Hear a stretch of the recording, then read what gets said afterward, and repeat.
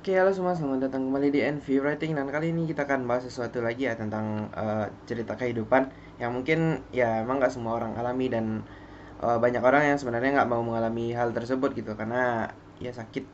Dan ya gue mau mengucapkan bahwa ini mungkin episode pertama di mana NV Writing itu selain gue nge-record ini di YouTube, akan ada juga dalam bentuk podcast gitu. Jadi bagi teman-teman yang mau dengerin dalam bentuk podcast juga bisa banget langsung gas ke Spotify aja atau ke platform platform lain yang juga ada konten podcastnya di sana. Ya udah, kita langsung aja sesuai trailernya. Kalau di podcast kita ada trailer ya, iya siap.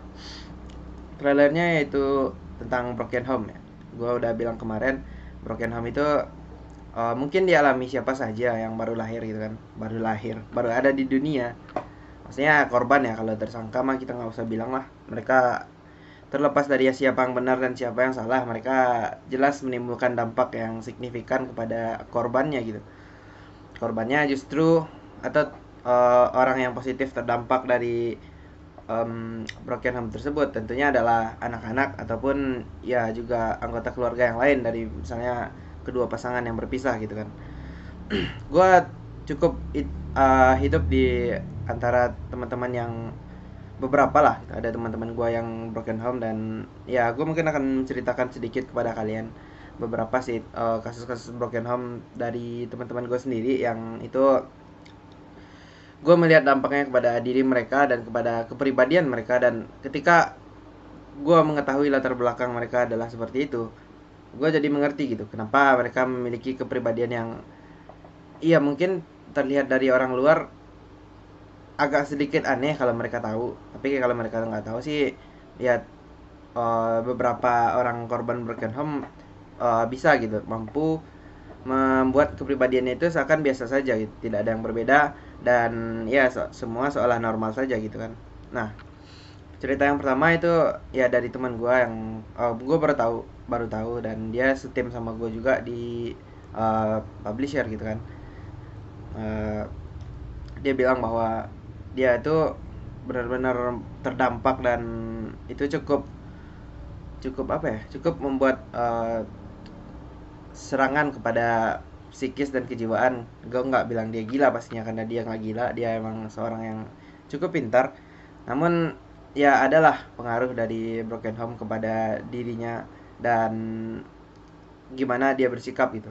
Dia cerita bahwa orang tuanya itu orang tua perempuannya itu tidak terima dengan keadaan dari broken home-nya mereka gitu kan, suami istri tersebut. Dan akhirnya melimpahkan kesalahan-kesalahan kepada anak-anaknya gitu loh. Dan melihat bahwa saudara-saudara dari teman gue ini yang udah berhasil gitu kan, maka ya semua beban dari kesalahan-kesalahan tersebut akhirnya ke dia gitu kan, perginya ke teman gue ini. Maka semua hal mungkin dia sering disalah-salahkan, dia nggak pernah dapat kasih sayang. Dan itu cukup parah menurut gua sebagai apa ya, hukuman sosial ya, dari sebuah perbuatan yang emang dia nggak lakukan sama sekali gitu loh. Itu membuat ya mungkin beberapa orang menilai tingkahnya aneh, mungkin dalam beberapa kesempatan ya, nggak dalam semua kesempatan. Tapi ketika gua itu mengetahui bahwa dia emang adalah korban dari broken home, gue akhirnya menyadari gitu dan memaklumi kenapa dia bisa bersikap seperti hal tersebut gitu kan. Dan ya banyak sih teman-teman gue yang bercerita tentang broken home ya, karena nggak tahu sih, nggak tahu kenapa, beruntungnya aja gue bisa mendengar cerita-cerita broken home. Saya nggak beruntung juga sih, sadis juga sih beruntung. Tapi ya memang eh, ya beruntungnya gue bisa mengambil hikmah dari pelajaran tersebut gitu kan. Ada yang pernah gue sampaikan juga di video sebelumnya kalau nggak salah, yang teman gue yang broken home dan itu menyebabkan dia menjadi temperamen. Dan itu butuh bertahun-tahun bahkan puluhan tahun untuk mengubah hal tersebut. Nggak puluhan tahun juga sih pak, dia baru hidup 23 tahun, berarti ya sekitar belasan tahun lah untuk uh, mengatasi hal tersebut, mengatasi temperamennya tersebut. Dan itu menurut gue hal yang susah Tapi balik lagi bahwa banyak orang-orang yang hidup normal di luar sana itu tidak mau peduli dengan hal tersebut. Mereka hanya peduli bahwa setiap orang harus bersikap sewajarnya, setiap orang harus bersikap biasa, dan sebuah sikap yang aneh itu adalah kesalahan gitu, tanpa mereka ingin tahu apa yang terjadi di dalam atau di balik dari perlakuan yang aneh tersebut. Nah, lagi-lagi ada cerita gitu. Ada cerita dari teman gua. Dia cerita gini bahwa dulu em, dia sendiri adalah korban, maksudnya adalah penengah dari em, berantemnya dua orang ini atau dari perkelahian yang dilakukan. Dia emang benar-benar berkelahi sampai adu jotos, sampai emang biru-biru, sampai bengkak-bengkak gitu. Tapi anak ini adalah penengah dari uh, hubungan tidak harmonis kedua orang tuanya tersebut. Tidak jarang mereka hanya akan berhenti kalau sang anak yang nyuruh berhenti gitu. Kalau enggak dia akan tetap lanjut. Kemudian singkat cerita emang akhirnya sang ibu ini sakit-sakitan dan akhirnya meninggal. Dan ya, sang anak akhirnya tumbuh tanpa kasih sayang seorang ibu gitu.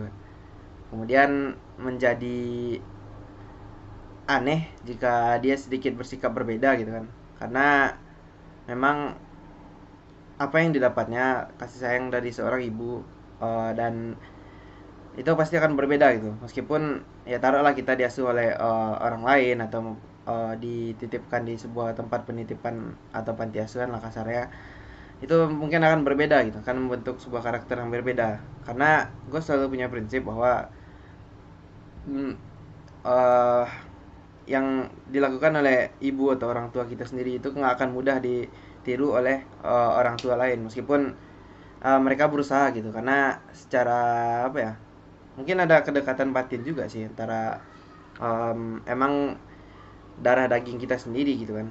Jadi menurut gua balik lagi bahwa broken home itu kita tidak pernah minta. Bahkan jika semua orang di dunia ini ditanya saat dilahirkan, mereka nggak akan pernah minta gue dilahirkan dari keluarga yang broken home. Jadi emang ya it happens gitu, itu terjadi dan tidak menutup kemungkinan terjadi kepada siapa saja gitu kan. Karena kita pun tidak pernah bisa minta untuk dilahirkan dari mana, dari keluarga yang seperti apa, akan tumbuh di lingkungan seperti apa, dan ya akan end up di mana kita pun nggak akan tahu gitu kan. Tapi gue menghimbau sih kepada uh, orang-orang yang berpikir untuk apa ya, untuk melakukan kekerasan kepada pasangannya atau untuk ya, karena ada juga sih broken home kan banyak perkaranya tidak hanya karena kekerasan tapi juga karena perselingkuhan mungkin, atau karena adanya pihak-pihak lain gitu kan, ada campur tangan pihak lain kemudian menjadi hubungannya tidak tidak harmonis atau tidak begitu baik. Nah, karena menurut gue ya, nggak menurut gue sih, emang emang itu kejadian yang broken home pasti adalah menimbulkan beban mental ataupun beban psikis kepada anak-anak yang sebenarnya adalah korban yang sebenarnya gitu kan.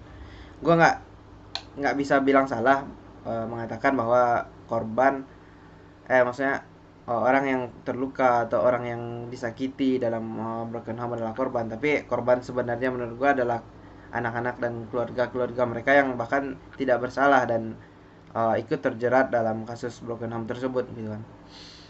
Nah, kenapa sih broken home itu bisa terjadi gitu? Kenapa sih, apa ya, harusnya kan ya dua orang itu kalau misalnya udah itu ya udah mengikat komitmen, harusnya menjaga komitmen tersebut ya. Gue nggak tahu juga sih kenapa pastinya bisa terjadinya perselingkuhan, bisa terjadinya kekerasan. Mungkin yang gue berpikir bahwa emang mereka nggak bisa saling menerima aja, karena ya intinya sebuah hubungan kan, lo nggak bisa menjadi orang yang sempurna juga dalam sebuah hubungan gitu. Lo harus bisa memberi kelebihan lo dan menerima kekurangan orang-orang yang misalnya berhubungan dengan lo gitu kan. Jadi ya menurut gue balik lagi terus pak, sampai mana baliknya. Menurut gue broken home itu terjadi karena tidak adanya saling bisa menerima lah. Karena dari apa yang kita lihat gitu kan, apa yang sering terjadi, perselingkuhan pun terjadi karena emang misalnya kurangnya perhatian dan kurangnya kasih sayang seperti itu. Jadi jadi terus Pak, mungkin seperti itu ya. Broken home itu bisa terjadi karena banyak hal. Dan anyway, gue ngerekamnya ini siang-siang, nggak siang juga sih, pagi Pak. Mungkin akan banyak suara-suara yang mengganggu, dan di sini di rumah yang biasa gue nggak lagi sendirian, udah ada orang lain gitu kan. Jadi mohon maaf jika ada gangguan terkait audionya. Saya akan semaksimal mungkin. Tapi suara-suara motor atau suara kipas angin yang mengganggu itu akan sering terjadi. Nggak sering juga sih, semoga tidak sering ya, karena baru pagi. Jangan keluar-keluar Pak, masih pagi ini. Makan aja daging kurban yang ada di rumah ya. Oh ya, btw gue ngerekamnya lagi habis, benar-benar habis kurban ya, habis pemotongan kemarin. Jadi mungkin orang-orang akan sibuk di rumah masing-masing. Balik lagi ke topik broken home. Jadi ya, apa sih gitu, apa sih yang bisa menjadi dampak dari broken home tersebut?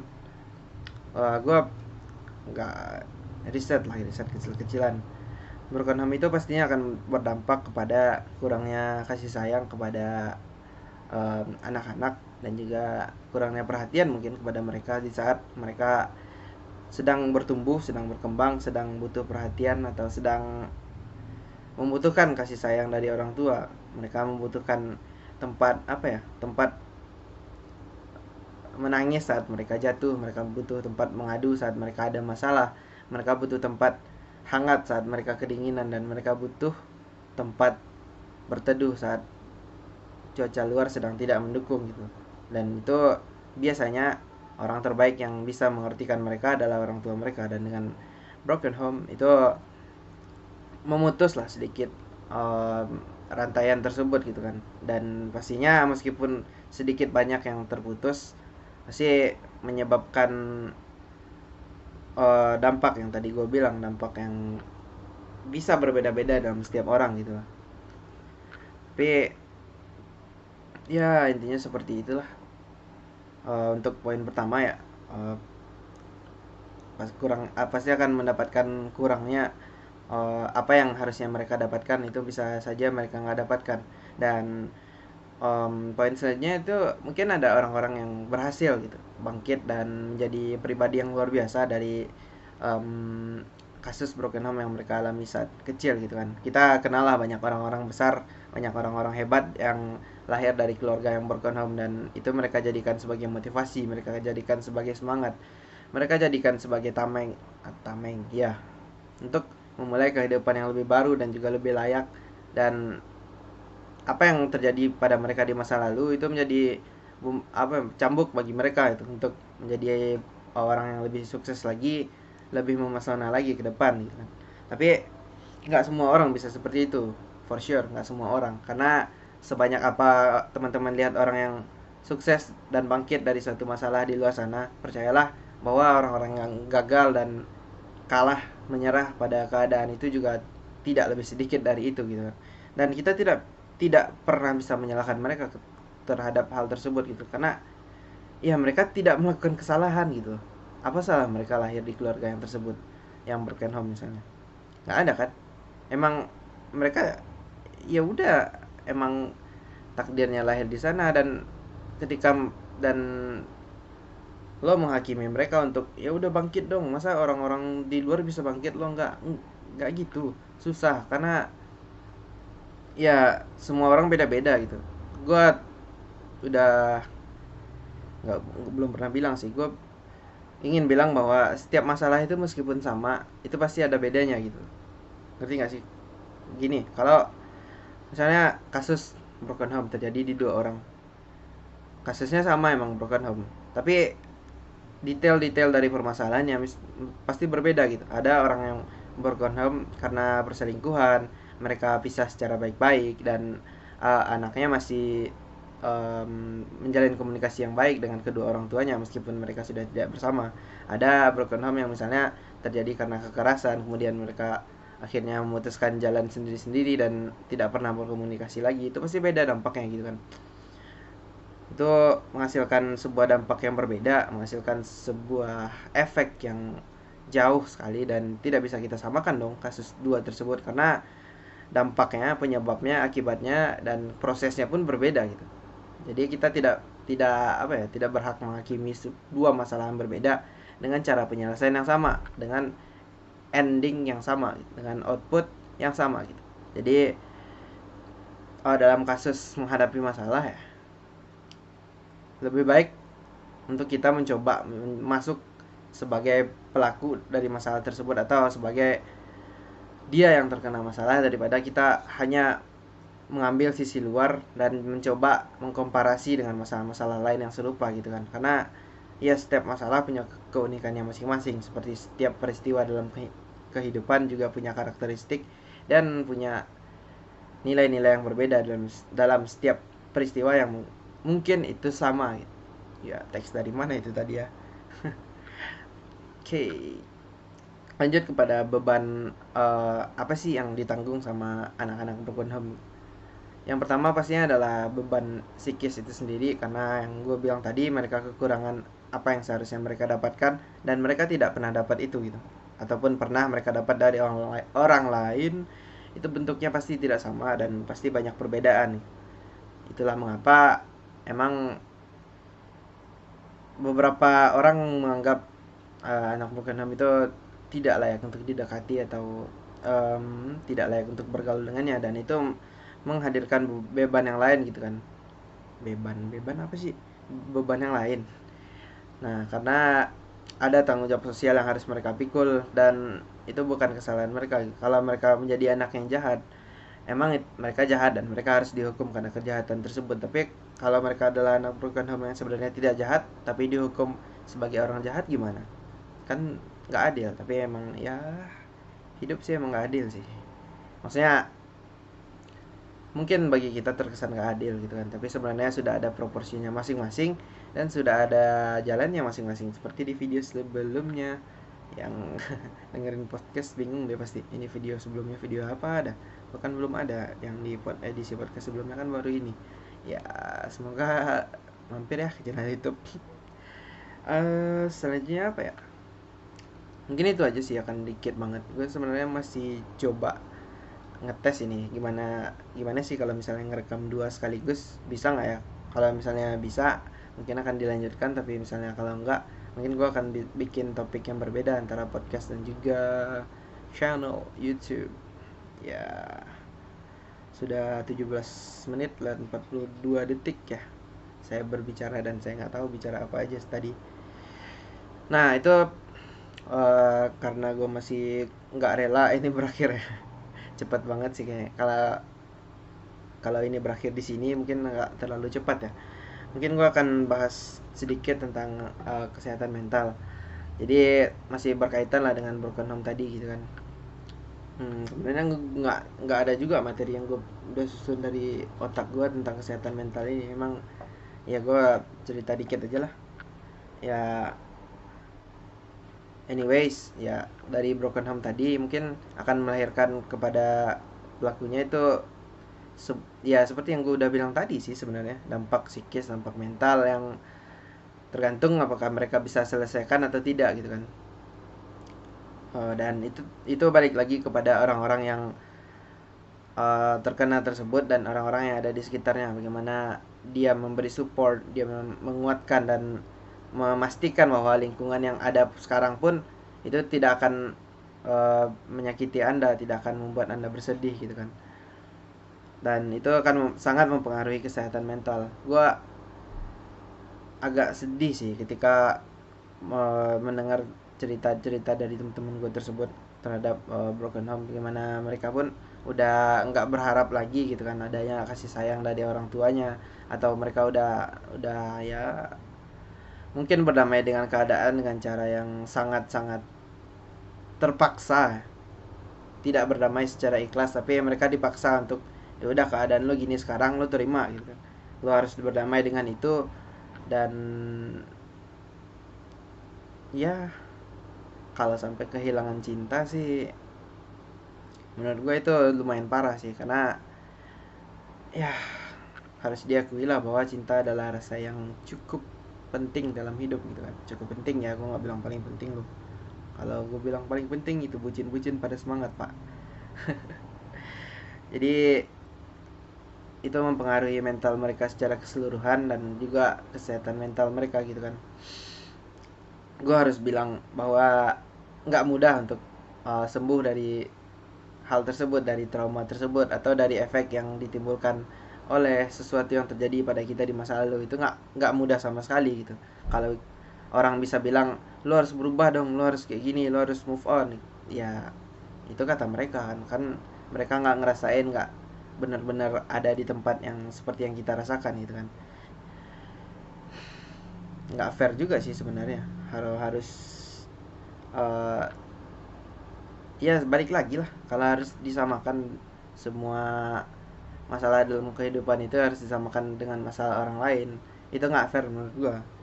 Dan jika memang mereka mau membantu untuk menyembuhkan penyakit mental atau mengembalikan kesehatan mental, itu mereka memang harus turun tangan merasakan menjadi orang yang terkena dampak dari kejadian buruk di masa lalu yang mereka pernah alami gitu.